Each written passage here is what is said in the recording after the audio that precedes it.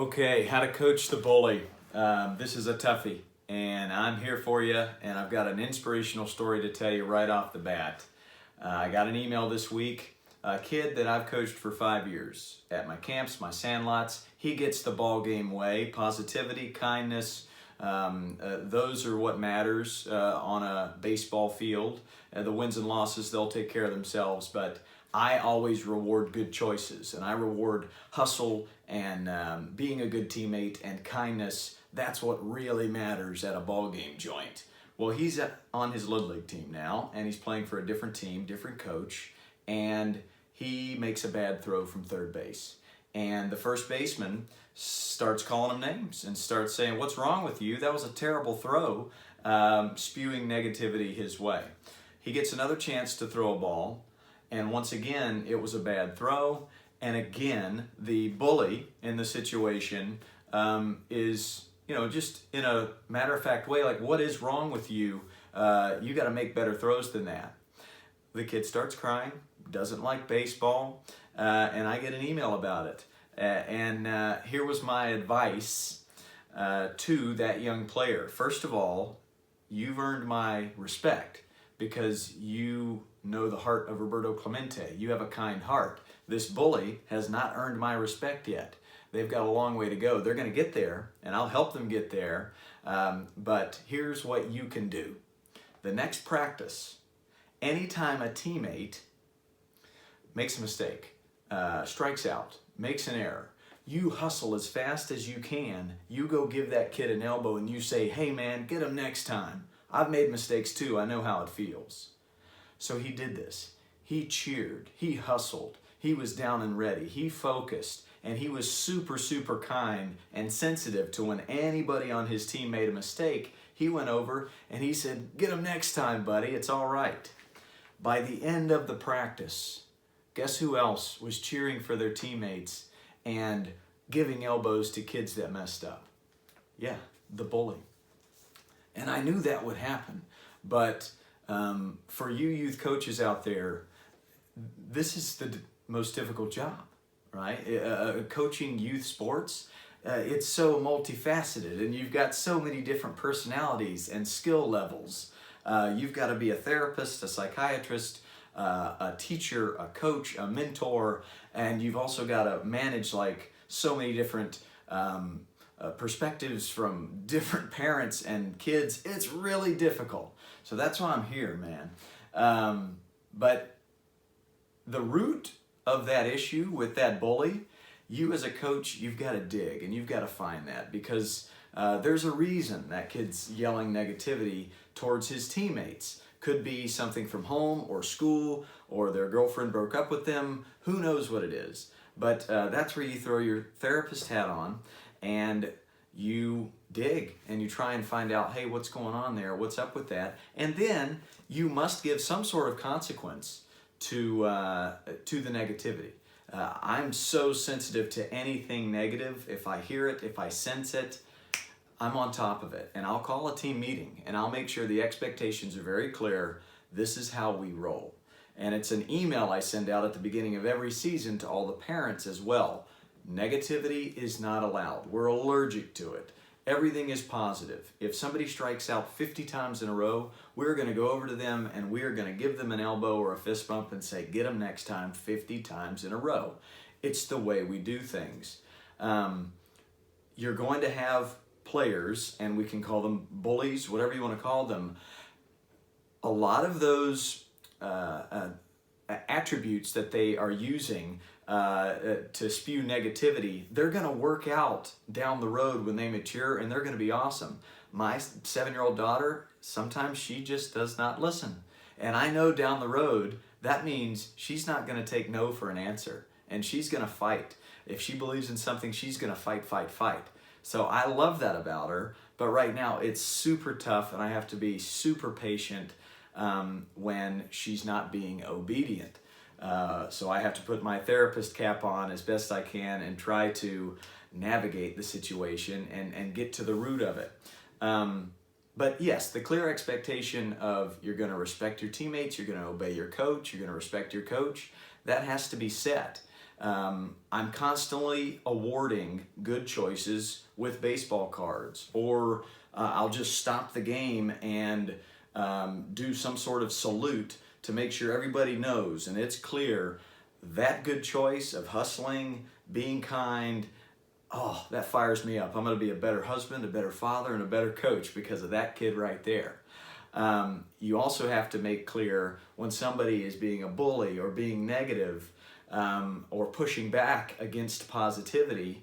You got to make that clear too, in a way that's not going to push anybody out of the game or make somebody very, very mad. You're going to have some kids, they're just better than everybody else, and they know they are, and they expect a lot of high skill to be coming from their teammates, and if they don't, they're going to yell at them. And that's where you, as a coach, have to dig, and you've got to find out, why is that? What's that coming from? And then navigate how you can psychologically marinate the situation and get this kid to where you want him to be. That kid has great leadership skills, and they might be the president one day. But right now, that's showing in the form of bully, negativity, making his teammates cry, and disrespecting the coach. So it's difficult. And the first step is to have a one-on-one with that kid and possibly with the parent as well, and just make sure you get on the same page and you come from a place of love. But you say, baseball, soccer, football, whatever you're coaching, this is a we thing, and this is how we do things. It's a we thing, not an I thing. So you're one of the best players on our team. And I know that, and you know that, but that's not going to get us anywhere unless we gel as a team.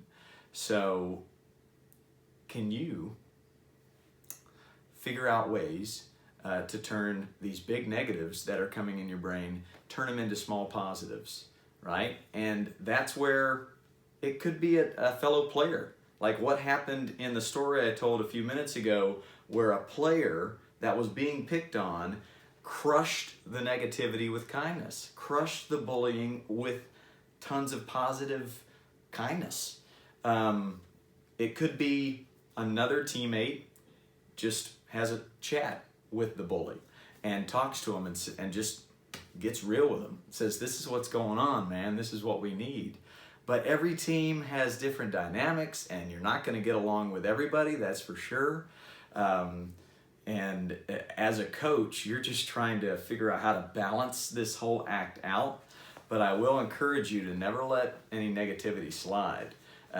Because if you're looking through the right lens, which I always talk about, of making each kid a better person, if you're looking through that lens, then you can't let anything slide. You can't let one negative comment slide. You've got to stop the game. You've got to call a team meeting. You've got to make sure we're all on the same page here. And then, without embarrassing the bully, you got to find a way to have a talk with them and let them know this is how things are done.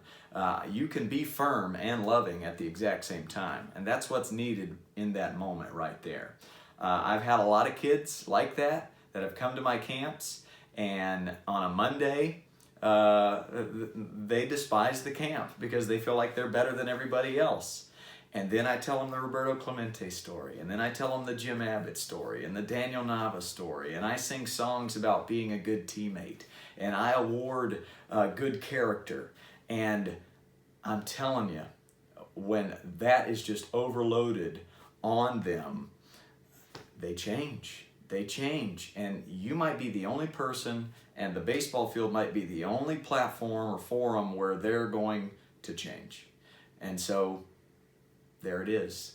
It's your job to turn the big negative into a small positive as best you can. So I'm here for you. If you have any specific questions, come to me. And if I need to have a chat with any kids or parents, I'm ready. I can do that. I want to flip gears here. I wrote a note to some high school and college players, and this works for youth baseball players as well. As you start your season, a lot of kids are starting their season. Treat every pitch like it's your last. Treat every second like it's your last. Completely lose yourself in each small victory. A sacrifice bunt, a diving catch, a force out at second base, a good slide, being able to spit a sunflower seed shell farther than you ever could. Small victories, really soak those in. Jump high, scream loud, run fast, smile big, and look around in between pitches. Right? Find your parents, find your brother and sister. It slows the game down, which is a good thing. Take it all in. Embrace those 3 seconds of silence before the national anthem is played. It's my favorite sound in the game of baseball, second to the wooden bat hitting the ball. The 3 seconds before that national anthem starts, just embrace those 3 seconds of silence. Create ridiculous chants from the dugout. Leave it all on the field every inning.